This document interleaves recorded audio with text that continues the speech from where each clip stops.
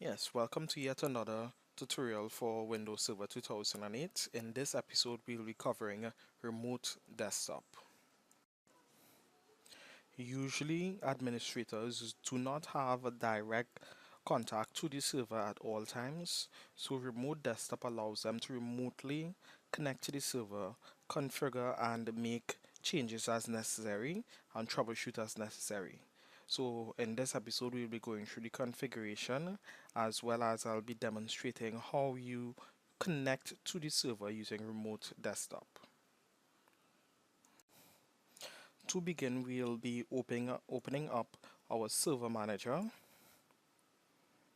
and on the default page, the home page of the server manager, if we look here under server summary, it says that remote desktop is currently disabled. And on the right hand side, it gives us an option to configure the remote desktop. So we'll be selecting on that.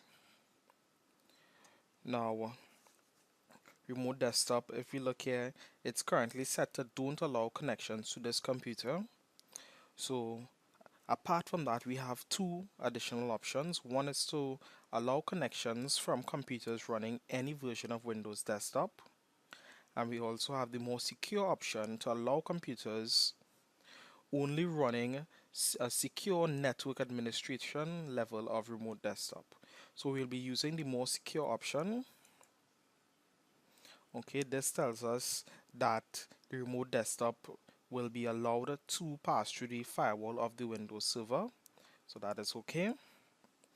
Now you can specify users that would be allowed to connect to the server using remote desktop, but by default, all domain admins as well as administrators, any profile that has administrative rights, any user that has administrative rights, by default is allowed to connect to the server using remote desktop.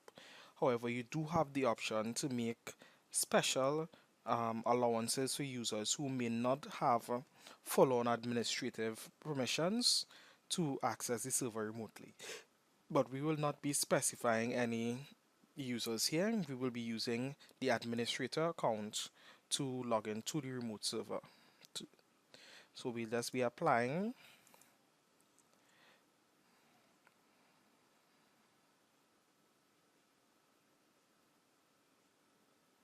Okay, so let's just refresh our server manager here.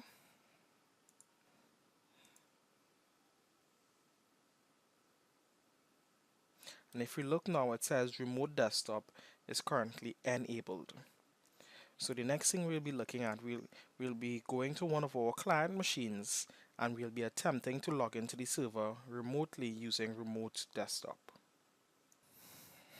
Okay, so I've logged in to my Windows 7 machine using the administrator account, and now I'm going to demonstrate connecting to the server using the remote desktop. So if we go to start, we would see the remote desktop listed here. Now there are two ways in which you can connect to any computer on the network that allows remote desktop. One is using the name of the computer, and the second one is using the IP address of the computer. Um, the last tutorial we did was on DNS, and because of DNS we are able to connect two computers on the domain using either the name or the IP address.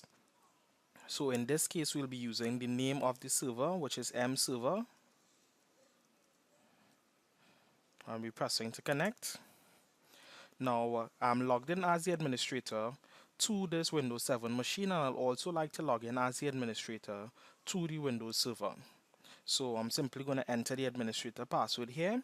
However, you also have the option of logging in to the server using any user account that has administrator or domain admin permissions.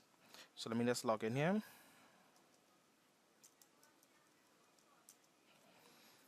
Okay, so it's connecting to the server.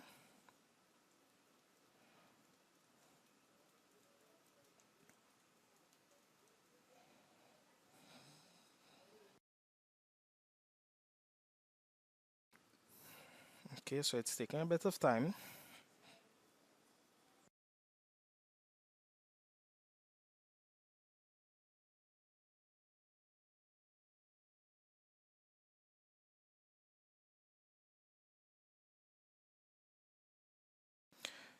Okay, and I would have successfully logged into the Windows server, and it's actually right where I left it when I was enabling the remote desktop on the Windows server. So now I have access to the server manager, as well as I have access to all the administrative tools remotely. So I'm not directly logged into the Windows server, instead I'm remotely logged into the Windows server. And this allows me to make changes as well as configure different things or troubleshoot different things on the server from any location within the domain.